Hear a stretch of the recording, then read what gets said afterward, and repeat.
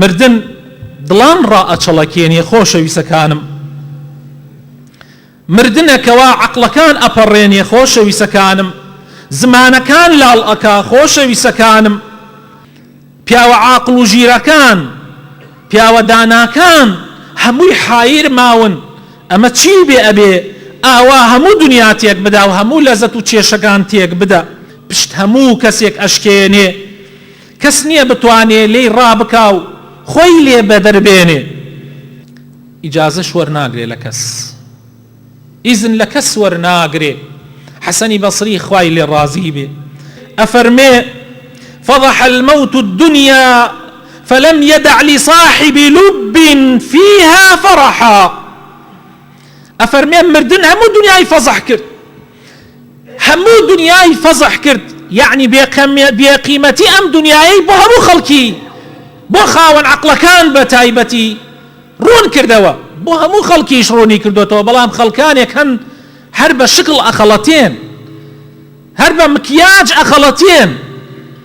بۆیە ئەگەر کەسی عاقڵ بێ لەزەتی نامێنێ لەم دنیایە. سبحان الله، کاتێ بیر لە مردن بکاتەوە بزانێ کە ئەو مردنە کات و وەختی نییە، لە هەر دەقەیەکە ئەجەلت تەواو بێ، ڕێک دێ قەت ئەگرێ، خۆشەویستان لە یەک ئەکا.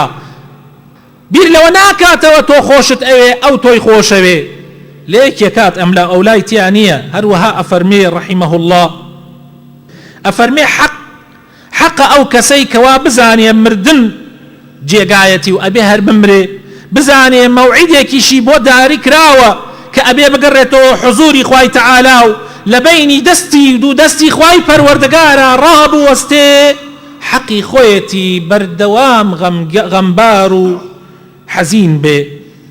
خۆشەویستەکانم، لەوانەیە مردن یەقەمان بگرێ لە کاتێکا کە ئێمان لەسەر جێگا، لەوانەیە یەقەمان بگرێ لە کاتێکا لە ناو سەیارەکەمانین، لەوانەیە یەقەمان بگرێ لە کاتێکا تۆ لە ساحەی جەنگایت و بەرامبەر دوژمن وەستاوی، لەوانەیە لە کاتێکا یەقەت بگرێ تۆ ملت کراوەتە سێدارەوە.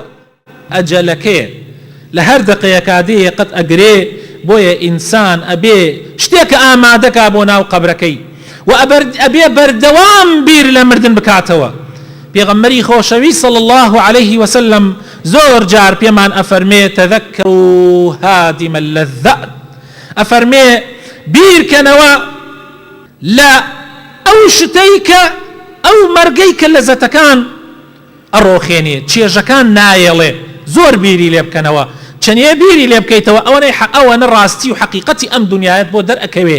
ئەو کاتە هەنگاو نانەی بۆ خراپە، ئەو کاتە بیر ئەەکەیتەوە لەوانەیە تۆ دەستێ بۆ خراپە ببەی لەو کاتەیە مەرگەکەت بێ، لەوانەیە هەنگاو بۆ خراپە بنەی لەو کاتەیە مەرگەکەت بێ، لەوانەیە مردن لە لەحەزاتێکا بێت یەقەت بگرێ کە تۆ بەسەر تاوانەکەوەی. بۆیە ناوێری هەنگاوی بۆ بنەی ئەگەر بیر لە مردن بکەیتەوە. شاعری عەرەب ئەڵێ: یا من بدنیاه اشتغل وغره طول الأمل الموت يأتي فجأة والقبر صندوق العمل. أي أو كسي كوا بدنيا ومشغول بوي، أي أو كسي كوا دنيا سرقالي كرديو دريجيه وكان خلطانتي.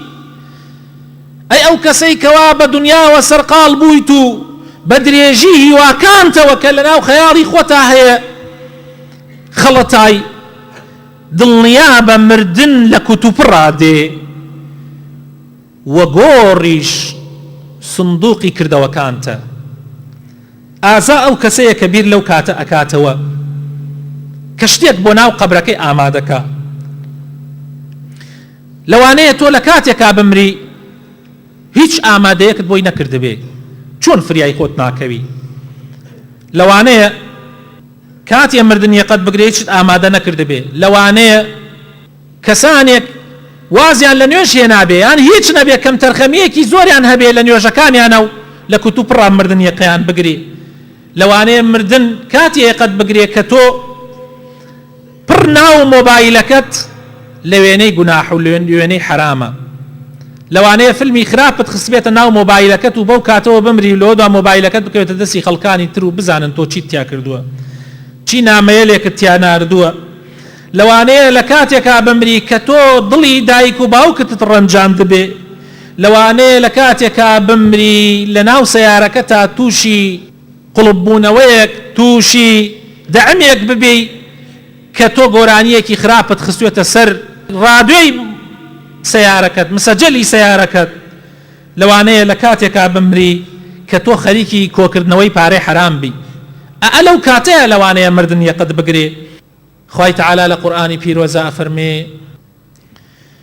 يا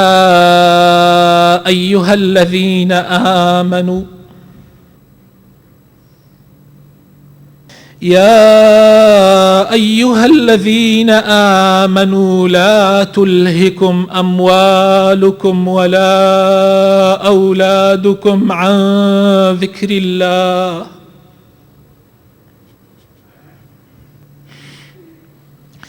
يا أيها الذين آمنوا لا تلهكم أموالكم ولا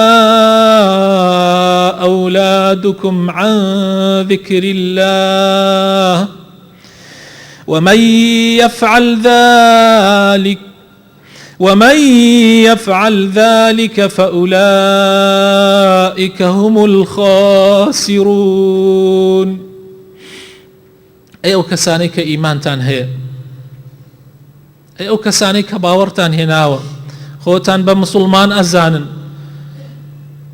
با مناڵەکانتان با پارە و پولتان با دنیایەکی فانی نەتان خەڵەتێنێ و لە ذکری خوا مەشغوڵتان نەکا. هەر کەسێ وا بکە ماڵ و مناڵی مەشغوڵی بکە لە ذکری خوا، بەڕاستی ئەوانە دۆڕاون.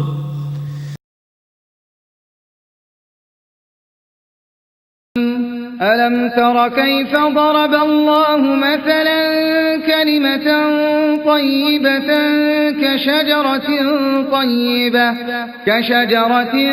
طيبة أصلها ثابت